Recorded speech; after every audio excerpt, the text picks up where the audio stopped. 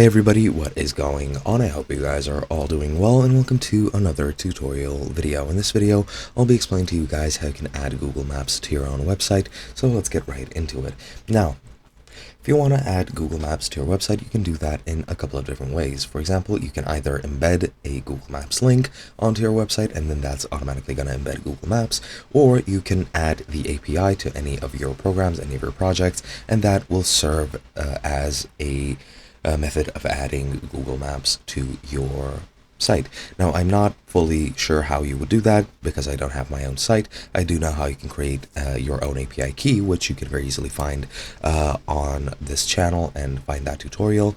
However, I'll be showing you guys how you can embed a location. So for example, let's say you want to embed, I don't know, Philippe Chow, this restaurant right here. So you're just going to tap or click on that restaurant, and that's going to open up the location like this. Now, to actually embed it on your site, what you need to do is click here to share.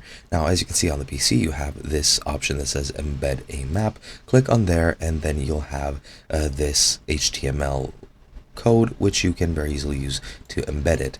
Now, as you can see, you can choose the size. You can add a small, medium, or large map. You can also add a custom size if you want to, but that is completely up to you.